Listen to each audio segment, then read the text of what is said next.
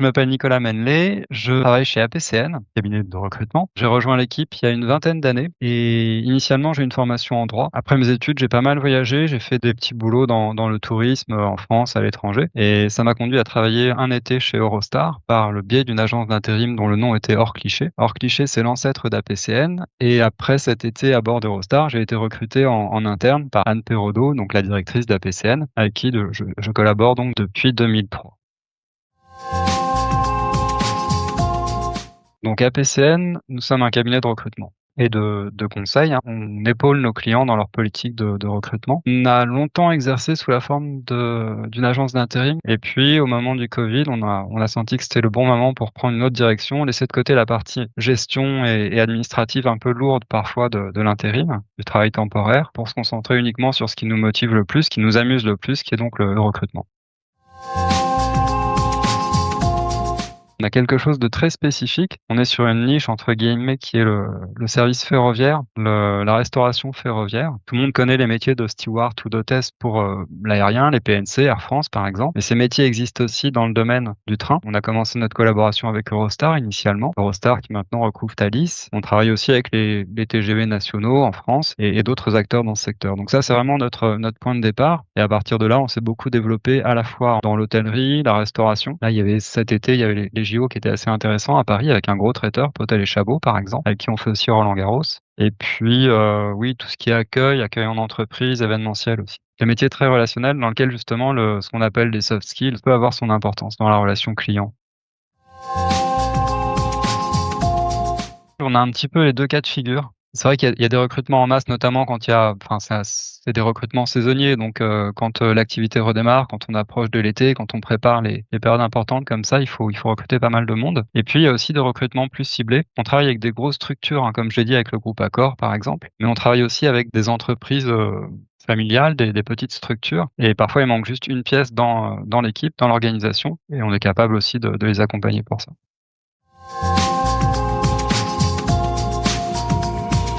Ça a un impact d'autant plus que c'est maintenant vraiment intégré par nos partenaires, par les gens pour qui on recrute, qui vont aborder un peu le sujet de soft skills. Ça fait partie maintenant j'ai l'impression du langage commun et c'est intéressant de pouvoir apporter un peu d'objectivité ou de borner un peu ce domaine aussi. Qu'on recrute pas trop au feeling, en fonction de l'attirance de tel ou tel, manager, par exemple. Au moins 2 ans et c'était dans le cadre du recrutement pour Eurostar, du recrutement au moment où ça reprenait après le Covid. C'était un coup de fil d'Aurélien et il a très, très habilement, su capter mon attention, mon intérêt. J'avais reçu le mail précédemment et bon, c'est vrai que ça m'intriguait un petit peu et la conversation s'est faite vraiment rapidement, facilement. J'ai vite compris aussi que ça pouvait compléter nos process puisqu'on avait d'autres tests. On avait l'habitude d'utiliser des tests un peu plus formels peut-être, dont l'approche est parfois difficile pour les candidats. On travaille avec des gens qui viennent de très nombreux pays très différents, de tous les âges, tout niveau de formation, qui n'ont pas forcément envie de se bloquer une demi-heure pour passer un test, un peu rébarbatif comme ça pouvait se faire auparavant.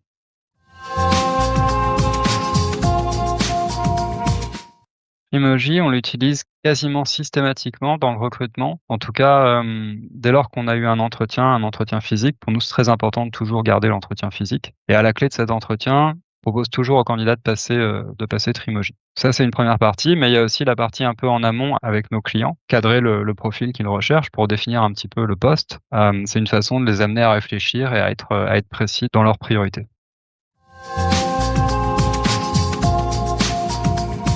On le propose systématiquement après l'entretien, après avoir vraiment échangé, sauf si l'entretien est manifestement pas positif parce que problème de disponibilité ou le poste correspond pas. Mais si le candidat manifeste son intérêt et que nous aussi on sent que ça peut marcher, on va systématiquement envoyer le test au candidat qui peut refuser bien sûr de passer, ne pas avoir envie de le passer et ça c'est pas bloquant pour nous, on peut en discuter. Et je pense que c'est intéressant aussi pour, dans ce qu'on appelle entre guillemets l'expérience candidat. Bon, c'est intéressant que même s'ils ne sont pas retenus au terme du processus, ils puissent repartir avec quelque chose de positif. Ça peut aider à se situer, ça peut donner des points de repère pour la suite. Et là, je pense que justement faire passer Trimoji de façon fréquente comme on le fait, pas simplement avec les personnes les plus avancées dans le processus, c'est une façon aussi de donner quelque chose parce qu'on prend du temps au candidat et c'est bien qu'ils en repartent avec un enrichissement supplémentaire.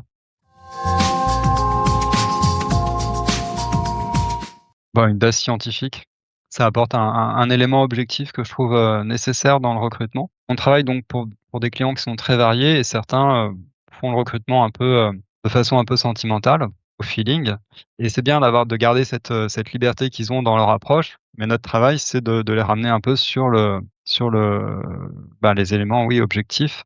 Quelles sont les compétences nécessaires? Qu'est-ce qui manque dans votre équipe? Donc de les faire réfléchir à ça et les faire réfléchir un peu aussi au profil qu'ils recherchent. Trimoji, c'est une excellente base de travail parce que c'est simple, c'est accessible. Il y a ce côté un peu ludique aussi, qui permet d'échanger donc non seulement avec nos candidats, mais aussi beaucoup avec les clients eux-mêmes. Et effectivement, je trouvais les tests avant, c'était pas forcément notre priorité, même si on a toujours eu, un petit portefeuille de tests qu'on utilisait dans tel ou tel cas de figure. C'est pas forcément notre priorité, parce que c'était d'un maniement un peu lourd, c'était, souvent rébarbatif et on a pu ajouter Trimoji de façon plus structurée dans notre process grâce à cette simplicité d'utilisation. Et je pense aussi que nous, on a changé un petit peu notre regard. Ça nous a aidé à être plus précis dans notre, perception des candidats et dans la définition des postes aussi. C'est quelque chose qui nous permet d'évoluer, oui. Ouais, ouais.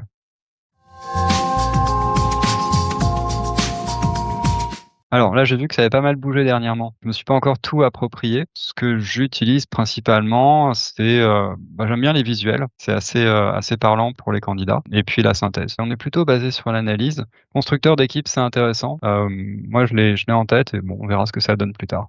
Créer un personny, moi je le fais de mon côté ou parfois avec le client aussi. Bon, ça demande vraiment d'avoir l'attention de nos partenaires pour le faire. Mais il y a des postes sur lesquels on a maintenant pas mal de recul puisqu'on utilise Trimoji depuis des années à présent. Et donc on a, des dizaines, voire un peu plus parfois de profils, ce qui permet vraiment d'affiner le caractère, enfin le profil type qui va fonctionner sur un poste précis dans un environnement précis. Et comme on recrute pour les mêmes postes parfois dans des contextes un peu différents, il y a une dimension internationale ou pas, une petite équipe ou une grande équipe. Quand c'est le même poste et qu'on a 2 personnes qui ont été alimentées par le retour d'expérience, c'est intéressant de voir où se situent les légères différences entre les 2.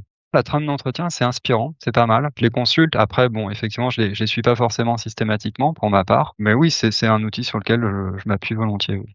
Le rapport d'onboarding, il est à la fois simple, il me paraît pertinent. C'est encore une fois, c'est une base de travail et de discussion avec nos clients. Pour moi, maintenant, l'onboarding, ça fait partie du recrutement. On peut pas dissocier l'un de l'autre. De plus en plus, on intègre ça dans le recrutement. Le recrutement, c'est pas juste, la sélection, enfin le rendez-vous avec un candidat et puis on retient entre guillemets «le meilleur» parmi tel nombre de candidats. Il y a toute cette partie accompagnement qui va faire que ça va marcher ou pas. Donc je pense qu'avoir développé cette partie onboarding, en plus, elle est bien, elle est complète, tout en restant, accessible, simple. C'est des propositions, enfin, c'est des pistes de réflexion qui sont, pour les managers ou pour le middle management ou pour les gens qui sont proches du terrain. Ça donne des repères, faciles, je pense, à condition que ce soit validé, bien sûr, en interne. Certaines formulations que je trouve un peu abruptes de temps en temps ou un peu techniques. Bon, de notre côté, on a toujours un moment d'échange avec les candidats justement pour que le message passe bien, pour les rassurer s'ils en ont besoin, pour arrondir les angles et bon voilà, c'est peut-être le seul point que je vois qui me paraît délicat parfois sur certaines formulations. Enfin, l'équipe de Trimoji est plutôt sympathique aussi. La simplicité d'utilisation. Trimoji, c'est simple à utiliser, ça je trouve que ça fait vraiment la différence par rapport à d'autres tests plus lourds. Je leur ferai passer le test, je pense. Je l'utiliserai avec eux et encore une fois, nous, on partage pas mal avec nos clients, nos partenaires et on sent que ça suscite de l'attention, de l'intérêt, de la curiosité. Donc voilà comment je pourrais, présenter Trimoji à d'autres personnes.